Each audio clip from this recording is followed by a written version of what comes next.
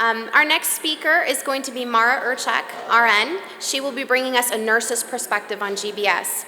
Maura has worked in neurological intensive care, neuro step-down, and neuromedical units, where she cared for many patients and families affected by Guillain-Barre Syndrome. She is a certified case manager and an avid supporter of informed consent and an active member of OAMF. Please welcome Maura Urchek.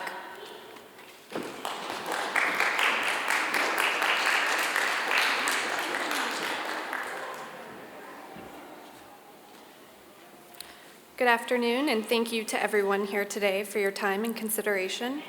First, I'd like to make clear that what I discuss today is not designed to and should not be construed to provide medical advice, professional diagnosis, opinion, or treatment to you or any other individual, and is not intended as a substitute for medical or professional care or treatment. I remember the first time I worked with a patient with Guillain-Barre Syndrome. The patient had become quadriplegic after receiving a flu shot and now required complete assistance for all activities of daily living. The patient told me words that I will never forget. Getting the flu shot is my greatest life regret. GBS is an autoimmune disorder whereby an individual's immune system attacks the peripheral nervous system. It may begin as weakness and tingling in the extremities, which can progress via ascending paralysis. It can cause cranial nerve palsies, decreased reflexes, and respiratory failure. The CDC states, most people recover fully from GBS, but some people have long-term nerve damage.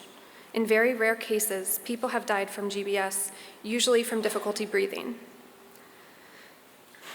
Some cases of GBS are preceded by an infection. In other cases, it is developed after receipt of a vaccine, including but not limited to the influenza vaccine.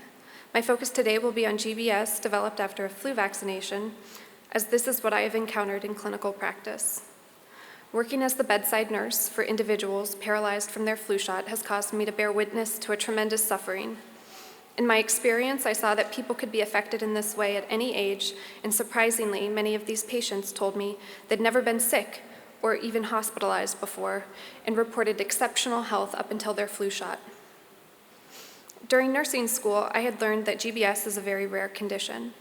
I was surprised to have encountered this case so early in my career. Over the next few years, I saw many additional cases of GBS in individuals who had recently received a flu shot. Some patients were able to improve their symptoms, others had residual deficits.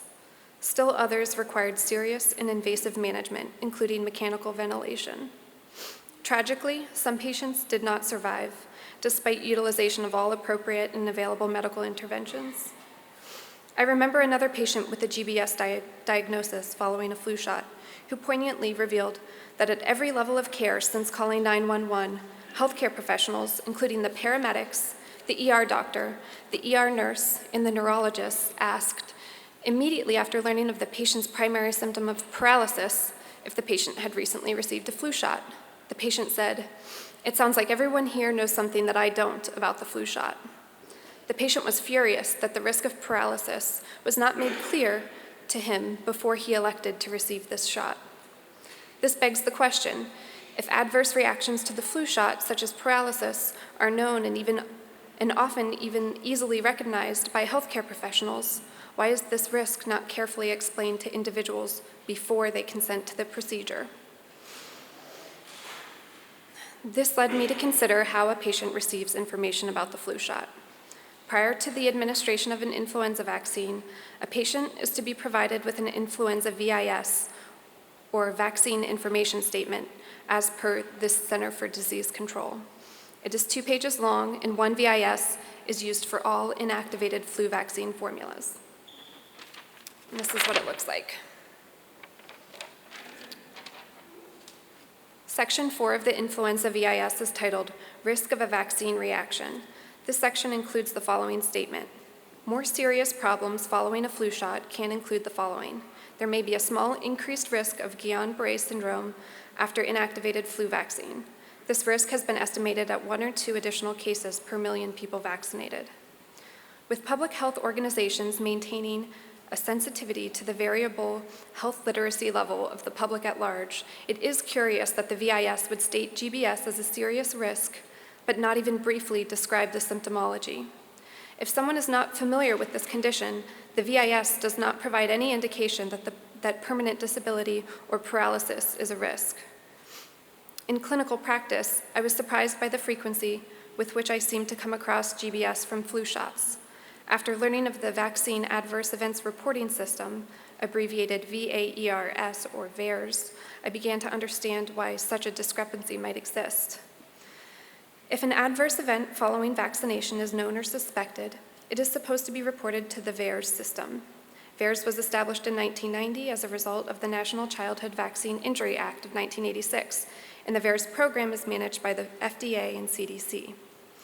As per the VAERS website, the program is described as a passive reporting system, meaning it relies on individuals to send in reports of their experiences to the CDC and the FDA.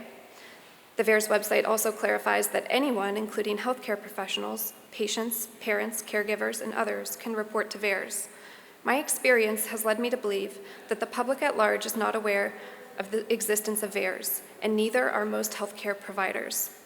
Fewer still know how to file a report with VAERS, or that both major and minor suspected adverse events relating to vaccination are to be reported. It has been estimated that as few as 1% of all vaccine adverse events are reported to VAERS, which is to say this reporting system is utterly broken. With gross underreporting of vaccine adverse events, I would expect that any conclusions drawn from the VAERS data regarding the number of occurrences of GBS potentially caused by flu shots would be egregious underestimates. Every FDA-approved flu vaccine has an associated vaccine insert specific to the individual manufacturer's influenza vaccine product. A vaccine insert and a VIS are not the same.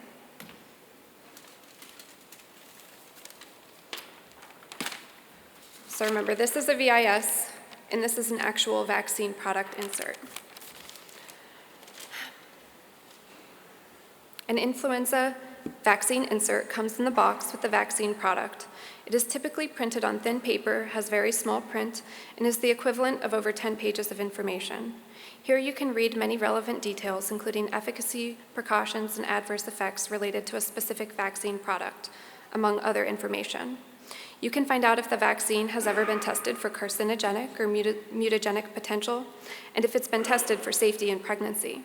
There is no requirement that a patient be provided with this product-specific insert prior to receipt of a flu vaccine. I would encourage anyone curious to spend some time in the fine print. For example, do you know what's in the flu shot? This is somewhat of a trick question. There's no single formula for an influenza vaccine. Many people choose to methodically read and research ingredients on food labels, products for purchase and ingestion. It is not as well known that we can also access and research the ingredients of vaccines, products for purchase and injection. There are multiple different influenza vaccine products currently available, and there are a wide variety of excipients that can be found in the different formulations on the influenza vaccine. This information is readily available in a CDC document titled Vaccine Excipients and Media Summary, Excipients Included in U.S. Vaccines. This document describes vaccine excipients as follows. In addition to weakened or killed disease antigens, viruses, or bacteria, vaccines contain very small amounts of other ingredients, excipients, or media. Consider that some flu vaccines contain cell DNA and cell protein derived from an adult female dog listed as MDCK cell DNA and MDCK cell protein. Certain individuals consciously avoid monosodium glutamate, MSG, in their food, but are not aware that MSG is listed as an excipient in some influenza vaccine products. Some flu vaccine products contain thimerosal, a mercury derivative. There are many other excipients used in flu vaccines, and I think it is fair and prudent for people to research these. Examining the excipients listed in different influenza vaccine products demonstrates that all pharmaceutical products labeled influenza vaccine are not of a singular composition. The differences between the various influenza vaccine products can have important scientific, ethical, and religious implications, and therefore patients should have easy access to this information. And yet, the two-paged influenza vaccine information statement does not illustrate these distinctions. The context surrounding an actual vaccine administration warrants additional inquiry. For example, when an individual takes a flu shot at work or at a pharmacy, Is their personal physician consulted to see if this intervention is appropriate? Are the patient's medical records retrieved? Is the vaccine insert provided willingly to the patient prior to injection? Is a list of vaccine ingredients made available to the patient? GBS is listed on the VIS as a risk, but are the symptoms of GBS explained and the potential implications reviewed with the patient? Is informed consent provided? If GBS is developed from a flu vaccine, the patient cannot sue the manufacturer. The National Vaccine Injury Compensation Program, administered by the Health Resources and Services Administration, shields vaccine manufacturers of select vaccines, including the influenza vaccine, from liability for the safety of their vaccine product.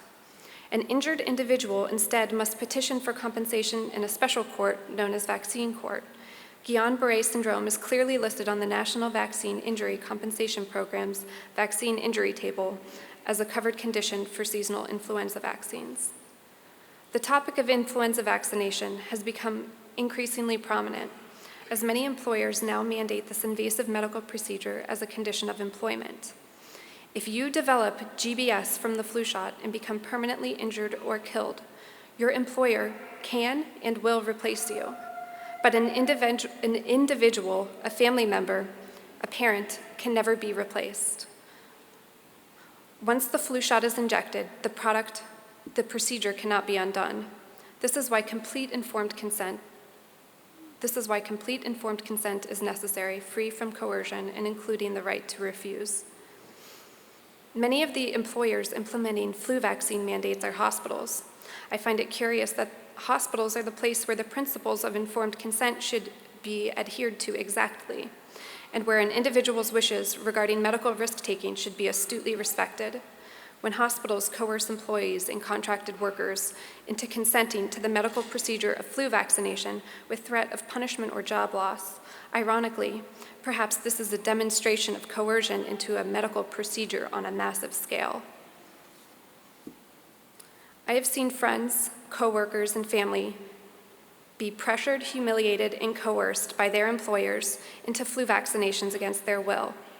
I have seen colleagues cry while being vaccinated with the flu shot because they understood the risks completely and did not want to accept this procedure, but knowing they would be fired for refusal, it became a financial decision instead of a freely made medical decision. These are not isolated incidents. This is a widespread problem. Worse yet, some employers require a special consent to be signed that releases the employer from any responsibility if adverse reactions occur as a result of the flu shot. One Ohio employer requires the following consent be signed in order to meet the flu vaccine mandate requirement. Quote, I, the undersigned, hereby consent to have this flu vaccine administered unto me. I have fully read the information about the risks and benefits of the flu vaccine as set forth on the influenza information sheet. I understand I am asked to remain on site 10 minutes following the administration of the vaccine, and I have been given an opportunity to ask questions which have all been answered to my satisfaction. I hereby release the redacted employer, their affiliates and subsidiaries, and each of their employees, agents, and representatives from all liability as a result of administration of the vaccine. Remember that the influenza vaccine manufacturers are not liable for the safety of their product. Here, the employee is required to receive a flu shot as a condition of employment, and yet the employer demands to also be absolved of any responsibility for resulting damages. I feel compelled to speak today as a matter of conscience. I am hopeful that we can move forward together to continue raising awareness about Guillain-Barre Syndrome and work to keep the medical decision-making process around influenza vaccination free from coercion and where it belongs, in the hands of the individual. Thank you.